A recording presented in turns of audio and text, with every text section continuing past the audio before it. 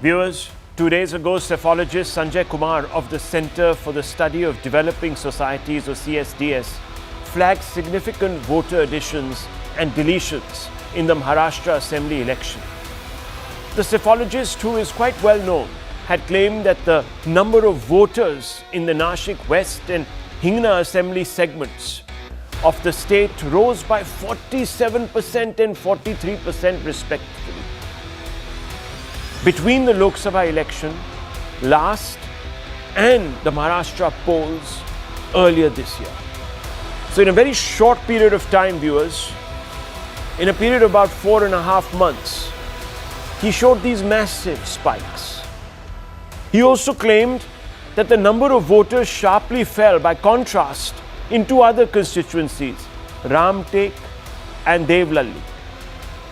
Here he said numbers had fallen by 38% and 36% respectively. The Congress almost immediately amplified the CSDS data and gunned for all the three election commissioners, with Rahul Gandhi issuing a chilling threat. And he said, and I quote, "We want to tell three election commissioners that when there will be an India bloc government, we will take action against you for vote theft or vote chori, as he calls it, unquote." Unfortunately for the Congress, in a surprise development, Sanjay Kumar of the CSDS, yes, this very same psephologist, decided to delete his tweets, his posts on X that alleged a sharp rise and fall in the number of voters in several assembly constituencies in Maharashtra, and then went on to apologize for the error. There you can see, viewers, on the left is the data that he put out on Twitter, and you can see by the number of likes that it went viral. He systematically put down the facts according to him.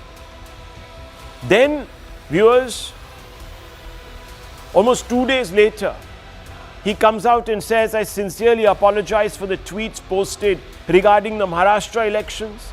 Error occurred while comparing data of 2024 LS and 2024 assembly segments.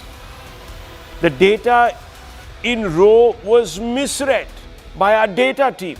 The tweet has since been removed. I had no intention of dispersing any form of misinformation," viewers.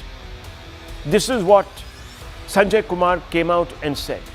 The psephologist claimed that the number of voters, as I said, sharply fell, just to give you a recap, by 38% and 36%.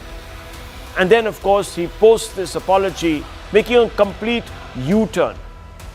And this, viewers, has allowed the BJP to accuse the research body of putting out unverified data to feed the Congress's, quote, fake narrative, unquote. Amit Malviya, who is the IT chief of the BJP's cell, has come out and said the very institution whose data Rahul Gandhi leaned on to defame the voters of Maharashtra has now admitted that its figures were wrong. Not just on Maharashtra, but even on the SIR that is being conducted, viewers, in Bihar. Where does this leave Rahul Gandhi and the Congress, which brazenly targeted the Election Commission and went so far as to brand genuine voters as fake? Shameful, unquote.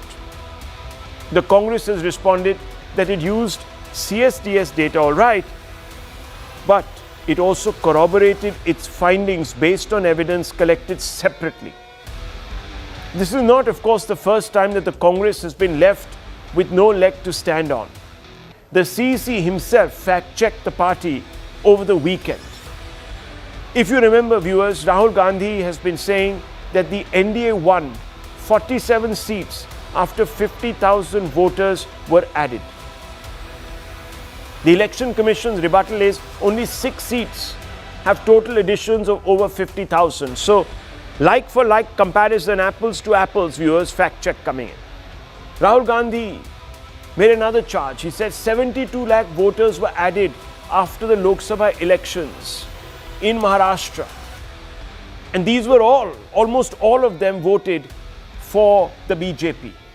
The Election Commission rebutted that figure, said only 40.81 lakh were added, including 8.72 lakh from the 18 to 19 age group.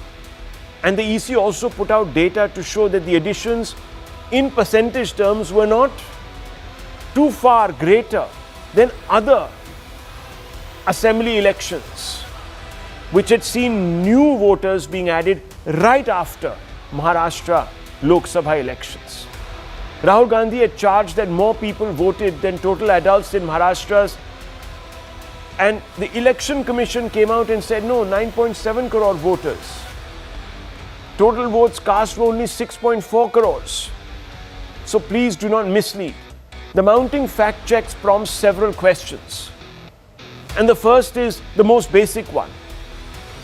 Relying on wrong facts allegedly is powering the Congress's wild claims. Once again, this is true, especially in this latest incident. And is this therefore the final nail in the EC vote chori claims that Rahul Gandhi has been making? There are several other questions, but let's dive in with this one and go straight across to our panelists this evening. And I want to begin this conversation today with Mr. Jain, who's a sympathizer of the Congress. Nikhil Jain, I'll just put this to you. Is this the final nail now in Rahul Gandhi's charge against the Election Commission, given the fact that constantly new facts seem to be emerging, new people in fact, voters are coming forth and saying that his party is coercing them to say that we are not in the voter list, or incidents like this when you bank on psephologists who do a complete somersault, leaving you looking rather red-faced. Can I please respond? Yes, please, sir. Can I please respond? Yeah, so first of all, I don't really understand why every news channel today all of a sudden is taking up this topic and linking it with Rahul Gandhi's 7th August press conference, because the press conference that Rahul Gandhi did on the 7th of August, that had nothing to do with Sanjay Kumar, nothing to do with CSDS or Lokniti. They relied primarily and entirely on the Election Commission's own data, on the Election Commission's own electoral rolls. In fact, I happen to know the entire team that has done the that did this investigation for the Bangalore Central Lok Sabha constituency, and that had nothing to do with the man that you're talking about. CSDS by and far is considered a very reputable organization. Every organization can make mistakes, but I'm not here to defend them. I don't really know why are you linking Rahul Gandhi's allegations on the 7th of August with that of Mr. Sanjay Kumar or Lokniti going wrong. Okay, they have gone wrong. They've admitted their mistake. They've apologized for it. But when is Amit Malviya going to apologize for this? He had put out a document a few days ago in public domain claiming that Sonia Gandhi had been a voter in 1980 when she wasn't even a citizen. And this is a forged document.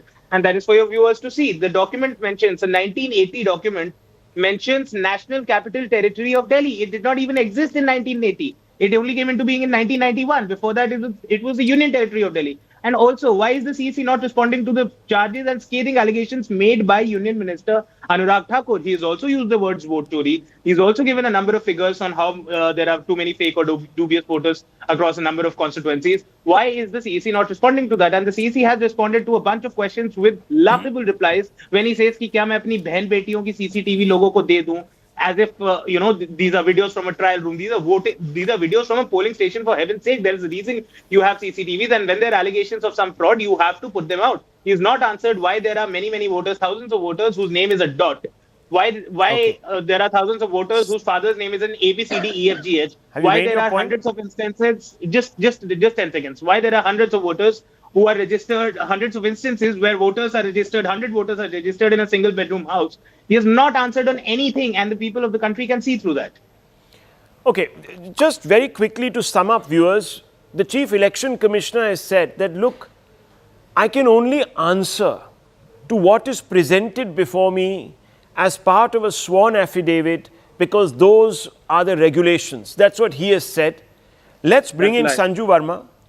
Let's get her to respond to this.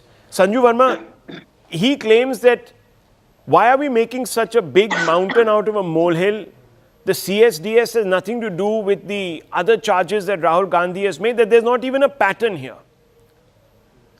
You know, Rahul, let me quickly run your audience through some important facts. first and foremost, let me repeat what the CEC Gyanish Kumar said. हलफनामा तो देना पड़ेगा या माफी मांगनी पड़ेगी, तीसरा कोई विकल्प नहीं है. And the second thing for which I salute CEC Gyanish Kumar is when he said that Rahul Gandhi के कहने से sun is not going to rise in the west or set in the east. Sun rises in the east, sets in the west. Whether Rahul Gandhi likes it or not, there are certain things which are in black and white. There is no gray area there. And CEC also said, सच सुनने की क्षमता होनी चाहिए, पर इससे भी ज्यादा जरूरी है सच समझने की भी क्षमता होनी चाहिए. You not only need to listen to the truth, you need to be able to comprehend the truth. But beyond what the CEC said, let me very quickly say this.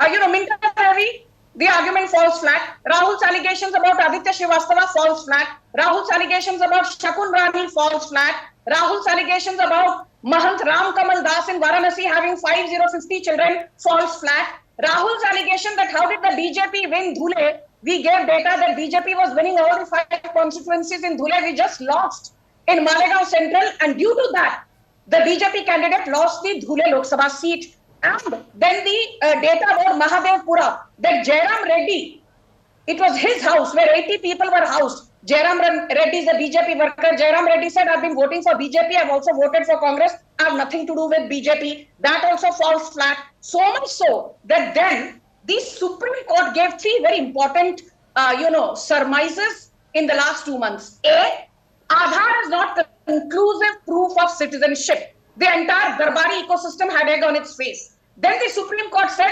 SIR is a democratic exercise. In fact, Sudhanshu Dhulia, Rahul, went to the extent of saying Election Commission has the power to do what it is doing, and if the CEC and his team do not conduct an SIR, then who will?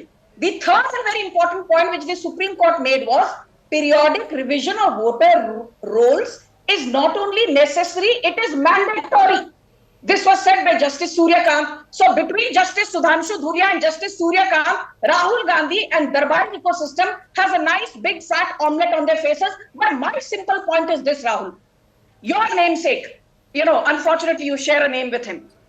Rahul Gandhi, one thing he's been making at every press conference this point. भला ये कैसे संभव है कि हर चुनाव BJP जीतती है? In 20 seconds.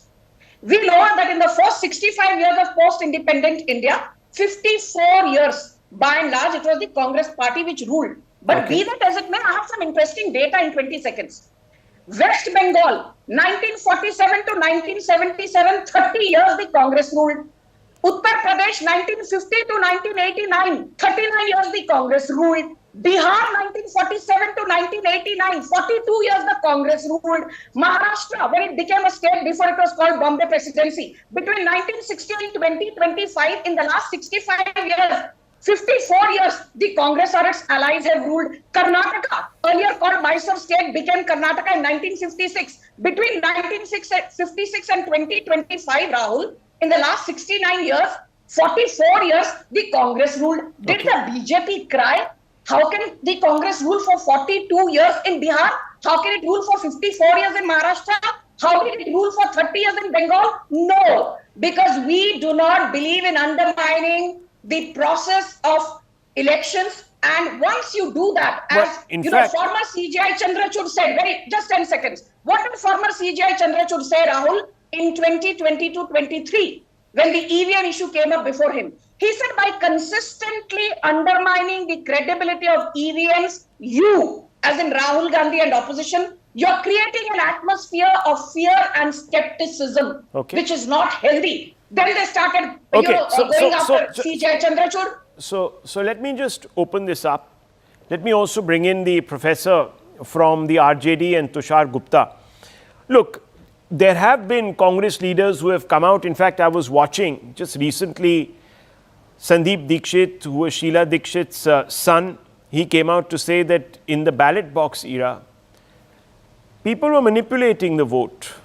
It was very, very common, in fact. It was a standard practice. And he even gave some statistics in his interview. And to that effect, of course, the BJP is right here that no one complained when Congress ruled for so many years without interruption. But fundamentally, I want to bring in the RJD on this point, sir. The Supreme Court also rejected, just yesterday, the allegation that was made, and if you remember, an article was also written to this effect, that after voting closed in Maharashtra, a large number of voters were illegally allowed to cast their ballot in favor of the BJP to make them win. And the Supreme Court threw out this case, this petition, saying it lacked credibility, it lacked conclusive proof, and most importantly, cogency. And it wondered why it should not be actually imposing costs on those that wasted, quote unquote, the time of the court. So, Professor, I have to ask you this question today. This is beginning to sound more and more like an exercise that the India bloc is undertaking to deceive itself, because it is going to lose. Mr. Rahul, good evening. Good evening, sir. I will start from the same argument of Supreme Court. You have mentioned Supreme Court, Sir. and the BJP spokesperson also mentioned Supreme Court. What about the directive of the Supreme Court to the government for this three-member committee for the selection of the Election Commission, that the Chief Justice of India must be there? Why the government rejected it? What was the fear behind it? Why they didn't accept the directive of the Supreme Court? Is it the respect of Supreme Court? They refused because they are afraid that the kind of manipulation they have been doing in the selection of Election Commission of India, that will not be done. That will not be easy. If the Chief Justice of Supreme Court is there in the panel, they will not do that very easily. So Supreme Court said so many things on this SIR. Supreme Court, in fact, stood with the complainant that the logic they were giving, that why this Aadhaar card should not be accepted. Was it not said by the Supreme Court judge? Was it not said by Supreme Court judge that the documents that is there in the 11 documents that is there in the list of the Election Commission, even the justice said that I may not be having those documents. What is the reason behind it? It means it is very difficult to go get those documents to attach with the enumeration form to get it recorded in the list, in the roll. So these are the issues. And what about the Chief Election Commissioner's this press conference day before yesterday? The kind of arguments were being offered for the 00 number of houses. It was very, people were laughing at it. Professor Pasha, you know that this is part and parcel of a very old exercise. In fact, it predates the NDA coming to power, this zero number allotment. You know the facts, so why are you arguing? In any case, I want to ask you a question, Professor Pasha. Are you in favor of the collegium system,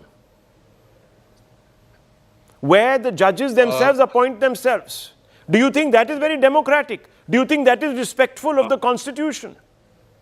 I'm also asking you a question. No, I'm asking you, sir. This is a simple question. Why the government should have right in their hands? One second. Why should the government should have rights to appoint judgment in their hands? Okay. Why should they have the right? Let's get that question.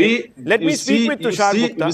Let me get his views on this. 1 second, Sanju. Whosoever in the constitutional body is appointed by the government is not fair. Okay, 1 second. How the ED is working? 1 second. Viewers, I just want to make it very, very clear that before the 90s, the justices of the Supreme Court were also appointed by the executive. I also want to make it very clear to all of you that till very recently, till the NDA came to power in just a few years ago, all the election commissioners have been appointed by the governments. Nothing has changed. In fact, if anything, today this NDA government has brought in the leader of the opposition in the three-member panel. So they have made the process a lot more democratic than it was ever before. Are we saying that the Congress's DNA was so different from the NDA DNA that they would never want to ever rig an election? Just asking viewers, think it out there. Are they made from some different material, which is above temptation? Is Lalu Prasad Yadav, who didn't think twice about dipping his hands into a basket of fodder. And a person who got convicted, was he made of some DNA that prevented him from ever exercising any influence on local election commissioners? I'm just saying, these are rhetorical questions. I'm not saying these are factual questions. I'm just putting them out there. It is almost as if the NDA has some pathetic DNA which predisposes them to cheating, and the Congress DNA and the India bloc DNA is far evolved, which in any circumstance prevents them from indulging in any black arts. Because this is the logic that is being put forward. Just square it with what you are hearing. I want to bring in, yes sir, 1 second. I just want to bring in Tushar Gupta to respond to Professor on the point about appointments that he is making, that the whole system is rigged from day one. Good evening, Rahul. Look, let's address the appointment question first. The Supreme Court itself advised the Parliament to come up with a law that will deal with the appointment of the election commissioners. Today, we have the engagement of the opposition leader when the chief election commissioner is selected. Did we have that in the Congress era? Absolutely not. The Prime Minister used to select the election commissioner, and that was the end of it. So today, if Congress is complaining that, look, my opposition leader is in the minority, you and the Chief Justice perhaps would be in the majority in a 3-member panel, that is not the function of, opposition being right. That is just how the system works, and it has been sort of validated by the Supreme Court as well. Number two, you had the screenshot on your screen right now of the CSDS. Rahul, I analyze election data every day for a living. A mistake of 35 to 40 percentage points in analyzing an assembly constituency is a mistake that even young interns fresh out of college do not make. You know, it's not a mistake. It's not an innocent mistake. Let's term it what it is. It's a planned strategy, which was latched up by the opposition, which was propagated by the ecosystem, just to blame the Election Commission of India. Now, let's come to the third point. Congress is saying that we have nothing to do with the CSDS data. We are talking about the anomaly of 40 lakh voters being added in the Maharashtra Assembly election after the Lok Sabha election. Interestingly, in 2004 and 2009, when Congress won in Maharashtra Assembly, in those two assembly elections, the elector addition after the preceding Lok Sabha election was 4.69% and 4.13%. That was the increase. In 2024, it was 4.38%.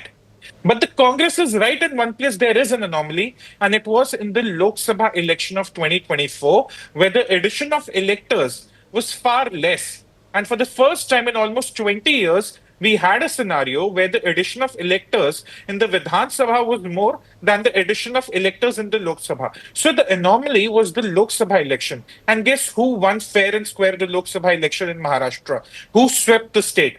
It was the India Alliance, not the NDA. So the Vidhan Sabha elector addition is as per the trends that also suited the Congress in 2004 and 9. And the Lok Sabha addition is against the trend, but that is where the Congress won. So if Congress is claiming that the entire system is rigged, or there is an anomaly that has been sort of set up by the BJP, I'm sorry, in that anomaly, it was actually the Congress alliance that won fair and square. It won big in Maharashtra in 2024 in the Lok Sabha election. So where is the debate? Why is no one looking at the numbers from this perspective? And more importantly, viewers, in the Lok Sabha election of 2024, the NDA that was anticipating 400 odd seats ended up, viewers, at least the BJP within the NDA, ended up short of a majority. Yes. And the NDA itself has only trickled over the majority mark. Not by much. The biggest dent came from Maharashtra and Uttar Pradesh. Now, Rahul Gandhi is complaining that Maharashtra has been rigged. But the addition of electors is as per the trend. So are you telling me the 2004 and 2009 assembly elections were also rigged? Well, I mean, if you're saying, and these are facts which have been put out, that these are numbers. In these are numbers, Rahul. Yes, in 2005 or 2004 and 2009, and then the one election after that, 4.69, 4.13. And in the latest one, 4.38 extra percent voters were added. It's all, viewers, the same number. 4 point something, 4 point something, 4 point something. So nothing additional has happened. Now, viewers, there are many within the India alliance that are scoffing at Rahul Gandhi. There was Omar Abdullah who says, come on, deal with it. You lost fair and square, accept it. There's nothing wrong. We won in certain states. In Telangana, we have won, etc., etc. But Nikhil Jain, and let me just bring back the BJP spokesperson, Nikhil Jain. Nikhil Jain, I find it rather strange that yes, you are talking about Mahadavpura, you are talking about a couple of constituencies, 4 or 5 or whatever it is, in Maharashtra. But you are not talking about Rai Bareli and Wayanad, where also a huge number of voters have been added to the electoral rolls. A huge number. And in fact, I'm not talking about voters per se, I'm talking about duplicate voters. Voters that actually have their votes in other states also.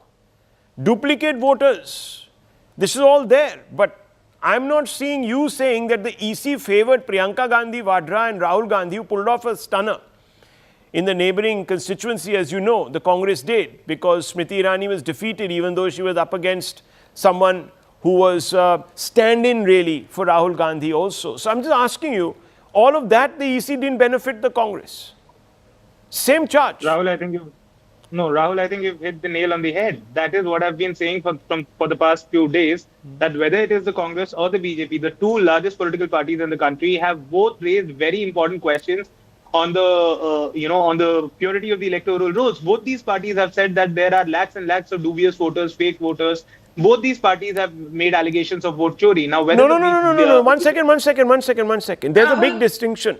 Yes, okay, Sanju Verma, first respond on that point. Anurag Thakur clearly did use the word vote chori. Yes, because he only meant it as a rhetorical question, because that is what you have alleged. Suggesting that because there are duplicate voters, someone stole my vote in these constituencies. So, the BJP held up a mirror and said in these constituencies, there were hundreds and thousands and lakhs of duplicate voters. Are you saying that the EC stole this election to benefit Rahul Gandhi and Priyanka Gandhi Vadra? That is the context. Don't remove the context. Yes, Sanju Verma. Exactly. Rahul, Thank you. Rahul, please, Nikhil, you'll have your turn. Rahul, I think you brilliantly answered this allegation that Anurag Thakur also used the word vote chori. He was only putting in context the reckless allegations made by Rahul Gandhi and referring to that in his presentation. But I want to make one very important point. In addition to what Tushar said, I have said this a zillion times. 2004, between Lok Sabha and Maharashtra Assembly elections, the number of voters went up from 4.3 crore to 4.6 crore. 2009, it went up from 6.3 crore to 6.6 crore. 2024, it went up from 9.3 crores to 9.7 crores, which is a 4.3% plus increase in percentage terms. But that is not the moot point. Moot point is this. Because this is an allegation that keeps coming up from the Darbari ecosystem. And in 10 seconds, Rahul Gandhi has mentioned this repeatedly in his presentation. He said, Maharashtra 5 p.m. voter turnout, was 58.22%. 6 baje, voter turnout increased by 7.83%, rose to 66.05%. Dhandlebazi hui hai. He used the word dhandlebazi. So now, through Rahul Shivshankar's show, here are the hard facts. Telangana, 5 p.m. voter turnout 52.14%. 6 p.m. voter turnout 63.94%. A rise of 11.8%. क्या धांधली हुई थी? Congress won, BJP lost. Himachal Pradesh 2022 assembly elections. 5 p.m. voter turnout 61.9%. 6 p.m. 75.6%. A 13.7% rise. Congress won, BJP lost. क्या धांधलेबाजी हुई थी? And then the big daddy of them all. Karnataka 2023 assembly elections. Listen to this. 5 p.m. voter turnout 57.94%. 6 p.m. 71.84%. Okay. An increase of 13.9%. Dhandlebazi hui thi kya? The hard Congress facts. won, BJP lost. Hard facts, yes. Very quickly, Mr. Gupta, I'll round it off with you. Yes. Nikhil made a very important point about the purity of the electoral rolls. To just fix that purity so that there's no duplication or there is no redundancy is why Bihar SIR is being conducted. For the last 18 days, every single day, the Election Commission of India pushes out a brief where they say that we are inviting the booth level agents, apart from the individual electors, to come up to us and tell us if there are any discrepancies. Congress has over 17,000 booth level agents. In the last 18 days, not one of them, Rahul, has registered a single objection. Okay, I also want to make that's a lie. That's a very clear lie of the Election Commission of India. Multiple ground reports have shown that the BLAs across different parties have tried to lodge complaints. One second. This is precisely the point I'm wanting to make, viewers. You see, Mr. Nikhil Jain and some of his... One second, sir, please. I just want to make one comment and I think it will settle this debate. You see, Mr. Nikhil Jain and others from the Congress party, what do they say? The Election Commission doesn't answer us. Viewers, when the Election Commissioner comes out and holds a press conference, they say that the answers did not add up. The Election Commission has come out over the last 1.5 years, viewers, 6 times with answers. All of them have been found to be false, lies, says the opposition, the India bloc. So viewers, what difference does it make? Because anything that the Election Commission says, any facts it adduces, they are dismissed as fake. Yes. Perhaps the time therefore has come for these parties to take up the dare of the Election Commission on sworn affidavit, file their complaints with the Election Commissioner and take this matter to court. They've already lost twice in the courts, viewers, against the Election Commission. 2 times they have been kicked out, once on the EVM and once just on this Supreme Court verdict that came out 2 days ago. So nothing is going to be good enough. We clearly need to have something else that will convince the opposition, viewers, that the facts are otherwise. Let the verdict of Supreme Court come on the... I leave it at this because tomorrow, sir, let me say, if the elector defeats you, you say, but you see, it's a rigged match. So we can't even then say that the elector has disregarded your point of view. Nothing is good enough, viewers. Nothing is good enough. I want to move on because there is another race that is taking place. And that is the race for the election of the Vice President of India. And now it has entered its final stretch with the India bloc picking retired Supreme Court Justice, an apolitical figure, according to them, B. Sudarshan Reddy, as its candidate. The India bloc hailed Reddy as a social justice champion and a response to the NDA's candidate who, according to the India bloc, represents the allegedly exclusivist and polarizing outlook of the Sangh Parivar. Because, viewers, CPR as he is called, the NDA's pick, has been a member of the RSS. Now, viewers, there are several reasons why Mr. Reddy has been chosen and they are appearing on your screens. He is supposed to be a real champion of human rights, as I said. He also counters the NDA's Tamil card because they chose C.P. Radhakrishnan. Seen as a champion of social justice, economic, political justice, and has done a lot. But the choice raises more questions than it answers. And the BJP was the first to ask them by alluding to it with proof, as it claimed to Reddy's pro-Maoist leanings. It said that Mr. Reddy is a Maoist sympathizer. In fact, one of his verdicts was to strike down Salva Judum in his 2011 judgment. Salva Judum was a key anti-Naxal or anti-Maoist initiative of the Chhattisgarh government. The verdict was seen as a setback to India's anti-Maoist or Naxal fight, the opposition backing a nominee seen as soft on Maoists, and therefore his nationalist credentials are suspect. Viewers, the questions being asked about Reddy's past suggest that the India bloc may have exposed its tactical short-sightedness. At a moment demanding strategic clarity, has the opposition undermined its own claims to be the saviors of Indian constitutionalism? This really is the fundamental question. By choosing an individual who supports the Maoists, who don't recognize the Indian constitution, Indian democracy, want to overthrow the state with violence, have they picked somebody who actually doesn't identify with constitutionalism? That's the question that is being asked. Let's open this up. Let me bring in once again Nikhil Jain to answer this question. You said that he's a human rights crusader, champion, the Congress that is, Mr. Nikhil Jain. This gentleman was part of a 5-judge bench, I think, that rejected the reopening of the Bhopal gas tragedy case, in which many children and Indians died and their human rights were crushed. You know this, I know this. Then he has a problem. He dismantles the Salva Judum, which is a self-defense army that was created by the Chhattisgarh government to protect the interests of the villagers, etc., etc. That was also demolished. So his nationalist credentials are also suspect. And therefore, sir, by aligning with the Maoists, the BJP says that even his commitment to constitutionalism is suspect. So why is this individual being picked? This is bad optics and even worse politics, Mr. Jain. Rahul, it's quite funny that the BJP, which keeps on giving these righteous and moralistic, nationalistic lectures to the Congress that you should not be raising your voice against constitutional institutions and the people who head them should be above suspicion and this and that.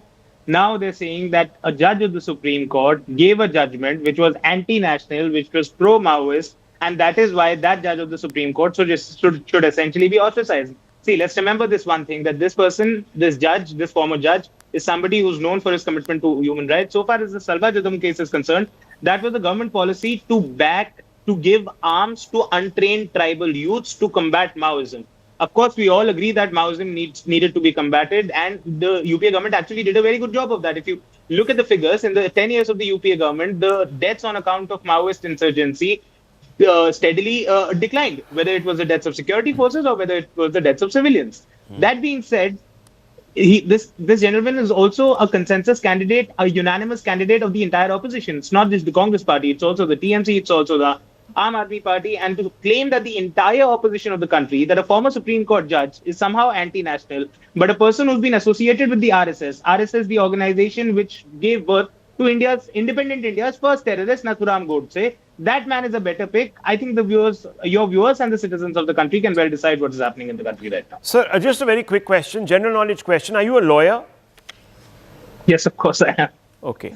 So this lawyer, who's a sympathizer of the Congress, comes out and says, you see, this government says that we never question constitutional offices or constitutionally empowered institutions, forgetting very clearly that questioning a judge's judgments on merit is not the same as questioning the Supreme Court of India or even viewers You're questioning the or judge. even the You're institution. The judge. You can You're questioning on merits. the judge. No, you can on merits. Don't you know of something called the appeals process? What are you questioning when you go up in appeal?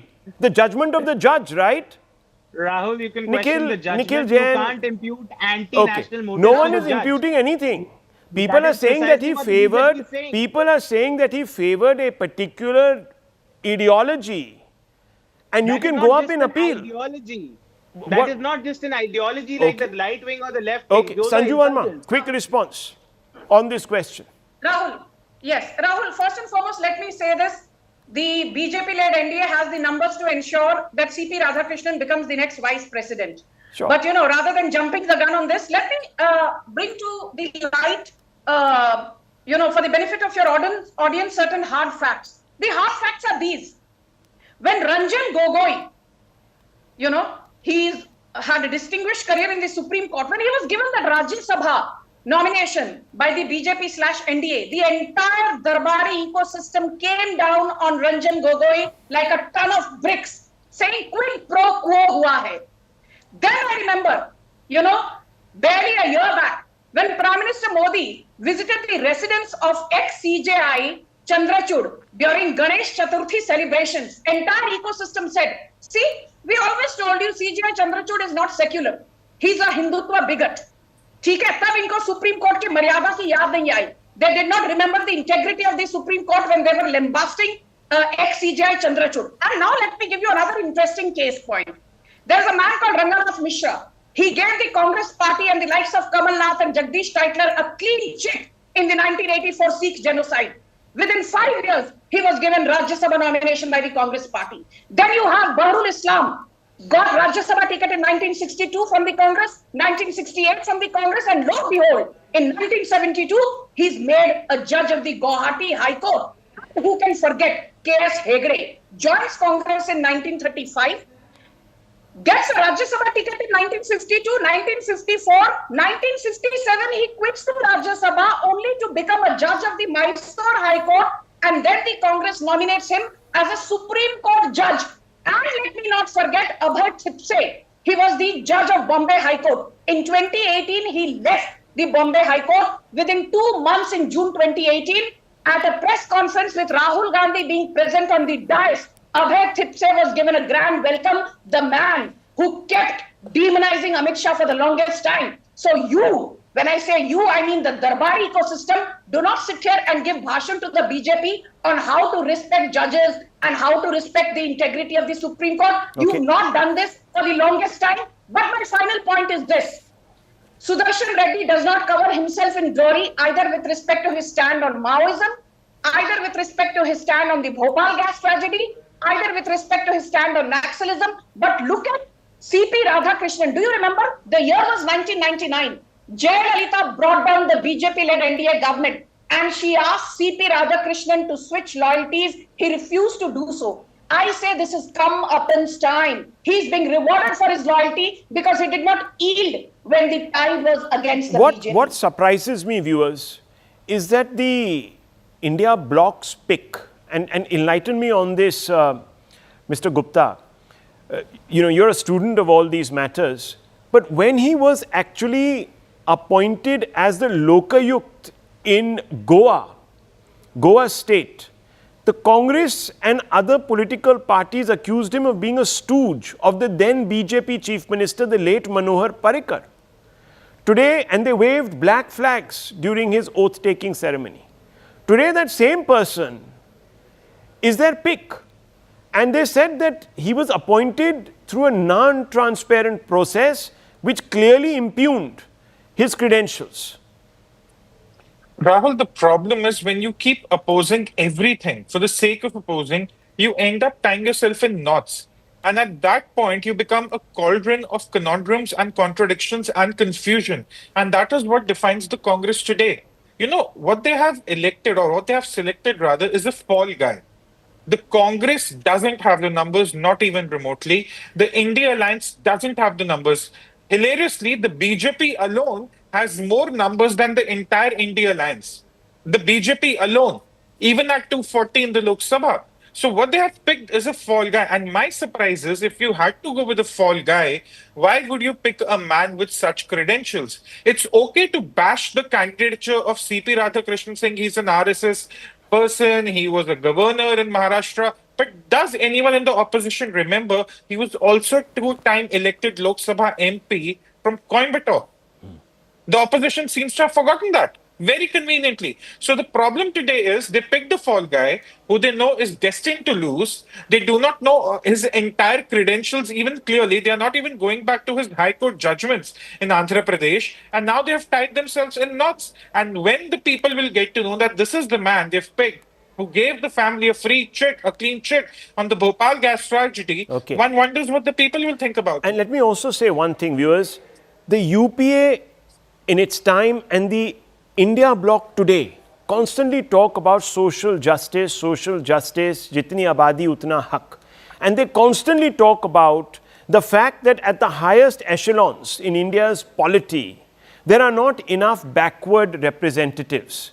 Now, it is funny because it is actually the NDA that has picked an OBC to represent their pick for vice president's race. But the India bloc that talks about identity always, and the underrepresentation of the minorities or even those who are the most backward, has picked someone from the general category. I don't want to make this about caste, I don't believe in all of that, but nonetheless, viewers, even here, the optics are poor. I need to move on, viewers. Yeah, okay, just 30 seconds. Yes, 30 seconds. 30 seconds. Rahul, I just want to say APJ Abdul Kalam became a president thanks to the BJP. K.R. Narayanan, the first Dalit president, had full support from the BJP. Draupadi Murmu, the first tribal woman president from a small tribe, the Santhalis, from a remote district in Mayurbhanj in Odisha, became the president thanks to BJP. So we are inclusive in every sense of the term. Okay, so viewers, just think about this anomaly also. Optical anomaly. Optical anomaly. The gentleman that is picked by the India bloc is from the general category. He is not an OBC, he is not an ST, he is not an SC. He is not even from the minority community. But it is the NDA that is picking an OBC. So viewers, that also optics, as I said, is very, very poor. Let's move on, because these are the hard facts, viewers. No one can contradict them. But I really want to focus on a very important story which is unfolding as we speak, viewers. And let me tell you this. We have a situation where, because of Trump's tyranny, tariff tyranny, India and China are building their relationship, and mind the pun, brick by brick.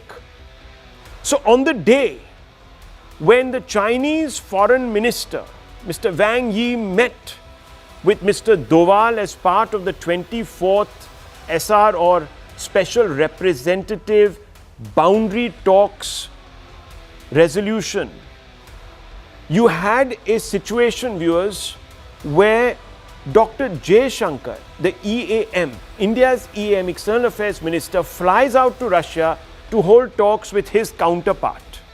All of this is happening, viewers, at a time when the Prime Minister today accepted, once Wang Yi met the Prime Minister, and this just happened about 3 hours back, accepts an invitation to attend the SCO summit in China, which is going to take place at the end of the month. And of course, CNN News 18 will be live from the ground there. I hope to be there to bring you the inside track on that.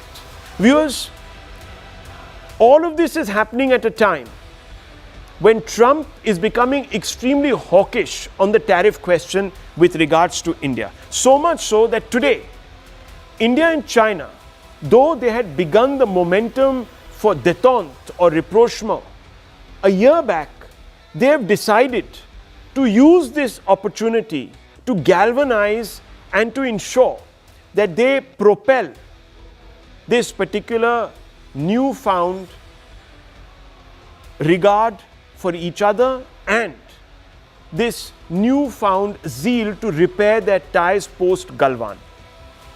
In fact, the Chinese Foreign Minister Wang Yi said both nations should expand cooperation amid overwhelming bullying and severe challenges to free trade. When you use that word overwhelming bullying, it's very clear that both nations view today America as an international bully. Viewers, you have a situation where the White House is looking very closely at these exchanges now between Prime Minister Modi, President Putin, and the diplomatic rapprochement between India and China, and of course a deepening, further attenuation of the relationship at the same time with America. And viewers, of course, greater momentum is being imparted to the relationship between India and Russia at a time when there is this overhang of the tariffs threat. So much so, viewers, that the Americans seem to be a little perturbed, and they have issued a direct threat. This is the White House trade advisor to Donald Trump, and his name is Peter Navarro, and this is what he says. India is now cozying up to both Russia and China. This two-pronged policy will hit India where it hurts its access to US markets. If India wants to be treated as a strategic partner of the United States, it needs to start acting like one, viewers. This raises some fundamental questions. Is it India who has failed in acting like a strategic partner, or is it United States of America? Is, viewers, Trump's diplomacy today, his declared tariff tyranny, isolating the United States in the Indo-Pacific, viewers? And is this tariff tyranny contributing towards the BRIC countries coming together at even the cost of the Quad? Let's ask these fundamental questions. Michael Kugelman, senior analyst of South Asia, Washington, D.C., is here with us. And we also have a very senior journalist from Russia called Mr. Ben Aris. Thank you very much, gentlemen, for joining us. I want to first begin with you, Mr. Michael Kugelman. Has Trump completely ignored, completely walked all over India's own red lines when it comes to maintaining its strategic autonomy? And that is going to have consequences, and the BRICS warm-up, call it what you want to, is an outcome of this. Would you agree with me, or am I wrong?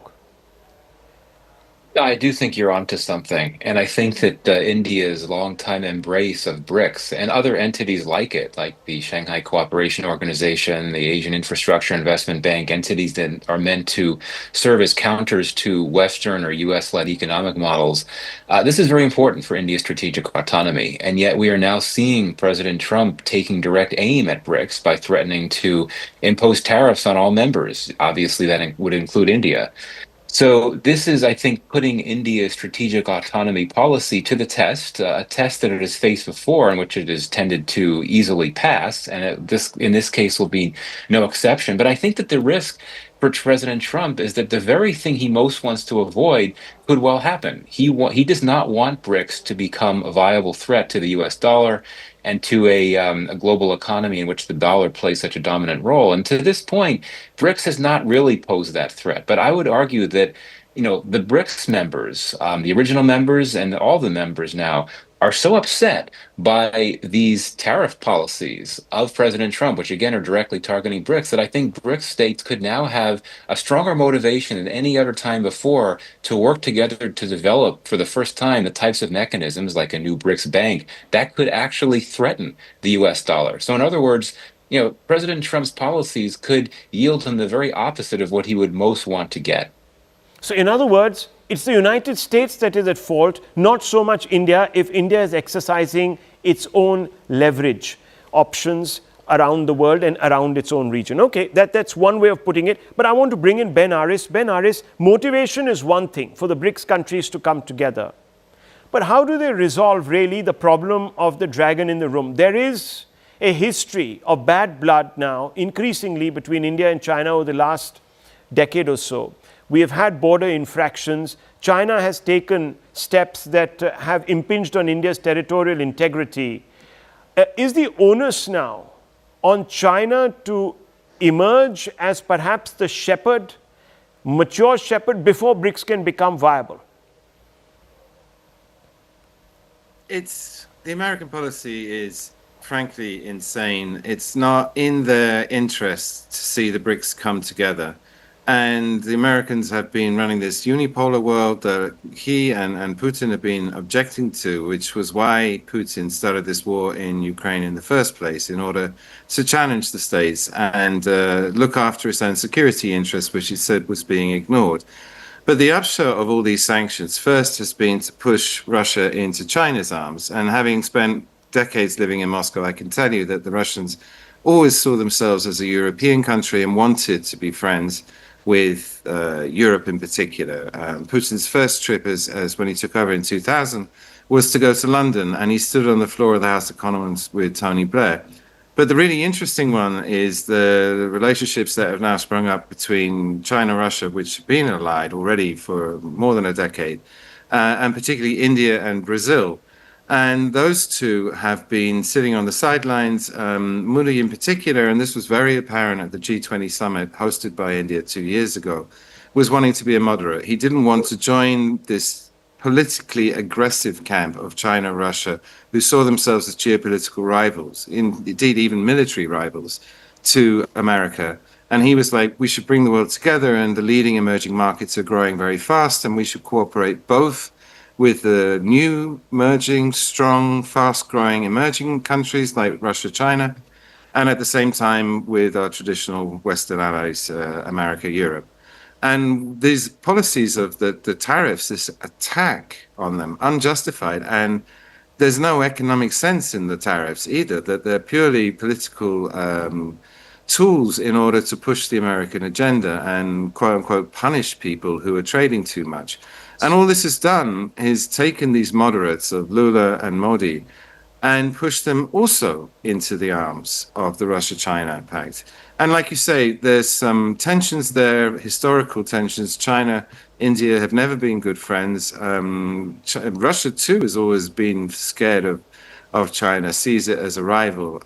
But it's got no choice. It has to tie up.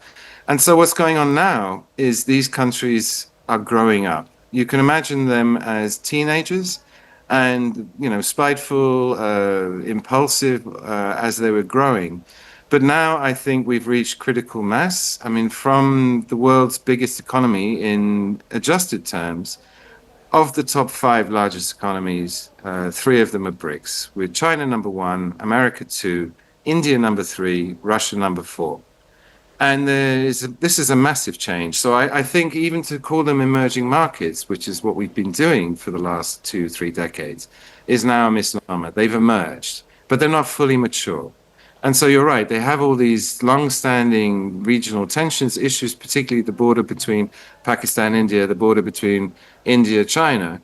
But they need to grow up and deal with these in the way that the rest of the world, the developed world, has dealt with it. There are tensions between Europe and America too, but they manage them. And now China, India have to manage those relations in the same way.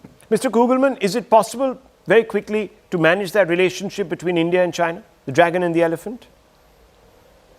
Well, it's a very complex relationship. And I think that even with these significant breakthroughs in recent months, and it's important to emphasize months, you go back to last fall when you had that border patrol agreement. That was several weeks before Trump was even reelected.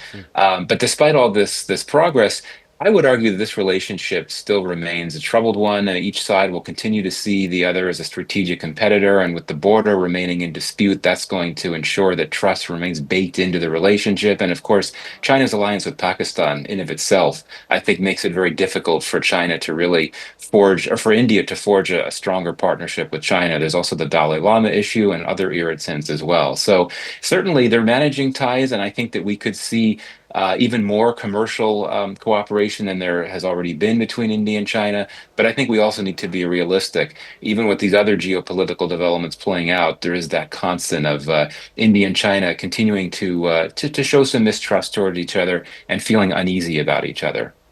Well, viewers, you've got an overview.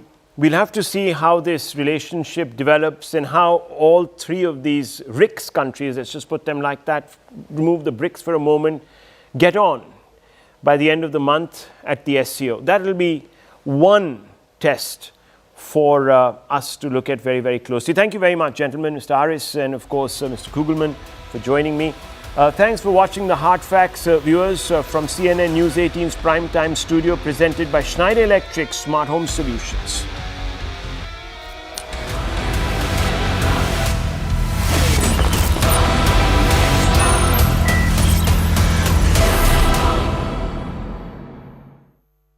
Presented by. This is News 18 Network.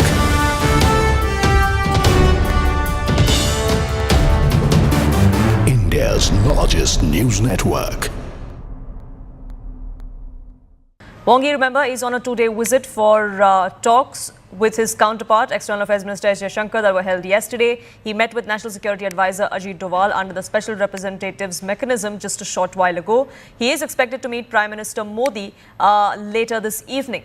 A broad agenda that included trade, connectivity, pilgrimages and river data sharing was discussed between the 2 foreign ministers. Jaishankar reiterated concerns previously raised during his visit to China in July, stressing the importance of avoiding restricted trade measures between the 2 major Asian economies. The Chinese foreign minister also underscored that as neighboring nations and major economies, there are various facets and dimensions to ties between India and China, and called for easing of roadblocks to enhance bilateral exchanges. There has been an upward trend. Borders have been quiet. There have been peace and tranquility. Our bilateral engagements have been more substantial. And we are most grateful to our leaders who, in Kazan, in October last, were able to set a new trend. And we have profited a lot since then. The new environment that has been created has helped us in moving ahead in the various areas that we were working on. I'm very hopeful that, like the last one, this 24th Special Representative level talks would be equally successful. Our Prime Minister will be visiting for the SCO summit shortly, and therefore I think that this SR level talks assume a very special. The setbacks we experienced in the past few years were not in the interests of the people of our two countries. And then in October last year, President Xi Jinping and Prime Minister Modi had an important meeting in Kazan. That meeting pointed the direction for the development of our bilateral relations and provided impetus for the proper settlement of the boundary question. We identified specific goals and formed a working framework. We are heartened to see the stability that is now restored in the borders. The Chinese side attaches great importance to the Prime Minister's visit to China to attend the SCO summit at our invitation. We believe that the Indian side will also make your contribution to a successful summit in Tianjin. History and reality proves once again that a healthy and stable China-India relationship serves the fundamental and long-term interests of both of our countries. It is also what the developing countries all want to see. I am ready to work with you to build more consensus and identify the direction, the specific goals of the boundary consultations going forward, and create more conditions for the improvement and further growth of our bilateral relations. Siddharth now joins us for more inputs and perspective on this. Siddharth, as far as ties between India and China are concerned, they seem to be on a mend now, especially after the Galwan clashes. But what's important is that the focus remains on the border. During the meeting with Wang Yi yesterday, External Affairs Minister S. Jaishankar made it clear that disengagement is done.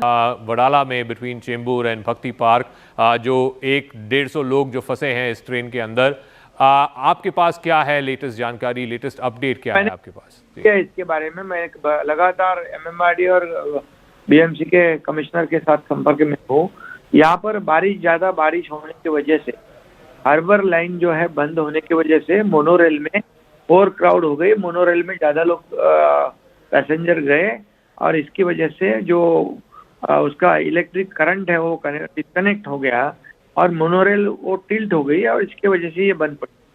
और emergency जो breakdown जो है ये गाड़ी हुई है और इसीलिए यहाँ पर अभी कई 110 से ज़्यादा लोगों को रेस्क्यू किया है। खुद वहाँ पर म्युनिसिपल जॉइंट कमिश्नर है, दूसरे एडिशनल म्युनिसिपल कमिश्नर वहाँ पर है, कमिश्नर मेरे साथ में संपर्क में है और पूरी तरह रेस्क्यू को हम लोग प्रायोरिटी दे रहे हैं वहाँ से लोगों को बाहर निकालने की। अभी तक कितने लोग रेस्क्यू किए गए हैं और कितने बचे हैं और कितना टाइम और चलेगा ये रेस्क्यू का ऑपरेशन जो है? ज्यादा लोगों को रेस्क्यू किया है और 200 लगभग और लोग हो सकते हैं उसमें। तो ये एक्चुअली ये हुआ है इसलिए कि थोड़ा बारिश ज्यादा होने की वजह से मैंने कहा कि हार्बर लाइन जो बंद होने की वजह से इधर मोनोरेल की तरफ लोग डाइवर्ट हो गए और इसकी कैपेसिटी जो है मेट्रो से बहुत कम होती है, 50% पे होती है। ये बताइए, ये जो पावर जो बिजली गई थी जिसकी वजह से ट्रेन रुक गई, इसके ऊपर कुछ जांच हुई है कि बिजली कैसे गई और इसको बैकअप क्यों नहीं दे पा रहे थे? बिजली जो बैकअप जनरली होती है, पावर बैकअप, वो किस वजह से? हाँ, तो इंक्वायरी वाली बात है ये वो तो उसकी इंक्वायरी हो जाएगी, सब कुछ हो जाएगा, लेकिन पहले तो अभी इनको बाहर निकालने के लिए हम लोग प्रायोरिटी दे रहे हैं। ये बंद क्यों हो गई, उसका कारण क्या है, वो सब जांच हो जाएगी और दोबारा ऐसी दुर्घटना ना हो इसके लिए भी पूरी तरह खबरदारी ली जाएगी, प्रिकॉशंस लिए जाएंगे। लेकिन अभी इनको तुरंत बाहर निकालना और उनको मेडिकल फैसिलिटी देना, उनको घर तक सुरक्षित पहुंचाना, इसके ऊपर हम लोग प्राधान्य दे रहे हैं, प्रायोरिटी दे रहे हैं। एक पैसेंजर जो बाहर निकाला गया था उसने ये भी कहा था कि कुछ पैसेंजर्स जो एक कंपार्टमेंट में थे उनको वहां का जो शीशा था, जो विंडो था, उसको ब्रेक करना पड़ा। उन्होंने वो मैं खुद एक पैसेंजर है प्रवीण नाम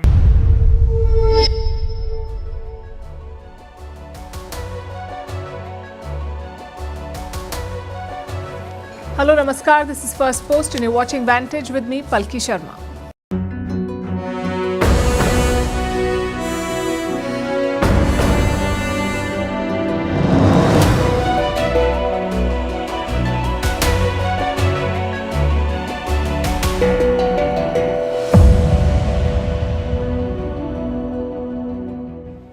We begin with a White House summit. Donald Trump met European leaders. It was meant to deliver breakthroughs. Instead, it ended with no deal and the prospect of more talks. We'll bring you the big takeaways.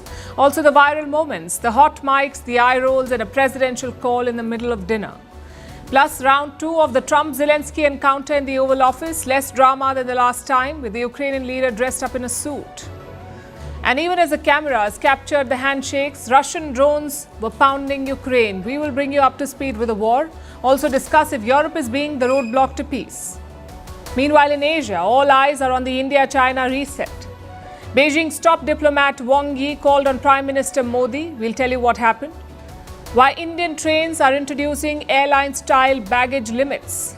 How the monsoon has brought Mumbai to a halt again. It's time to stop celebrating the spirit of the city and ask if it's resilience or resignation. In Africa, peace talks with the M23 rebels collapse as violence flares up in DR Congo. And in tech, a reality check on generative AI. A new report says 95% of pilot projects are failing. All this and more coming up. The headlines first. Israeli Prime Minister Benjamin Netanyahu slams his Australian counterpart, calls Anthony Albanese a weak politician and accuses him of betraying Australia's Jews. The remarks come amid a diplomatic row between the two countries after Canberra declared it would recognize a Palestinian state at the United Nations General Assembly in September. Myanmar shuts down its busiest trade crossing with Thailand for the second consecutive day. The junta says it is to block funds being used to arm opposition groups. Ahead of the election in December, every month, the route sees more than $120 million of trade between the neighboring countries. Venezuela's Nicolas Maduro says that he will deploy millions of militia members to respond to threats by the US. The warning comes after Washington raised the bounty for his arrest and launched anti-drug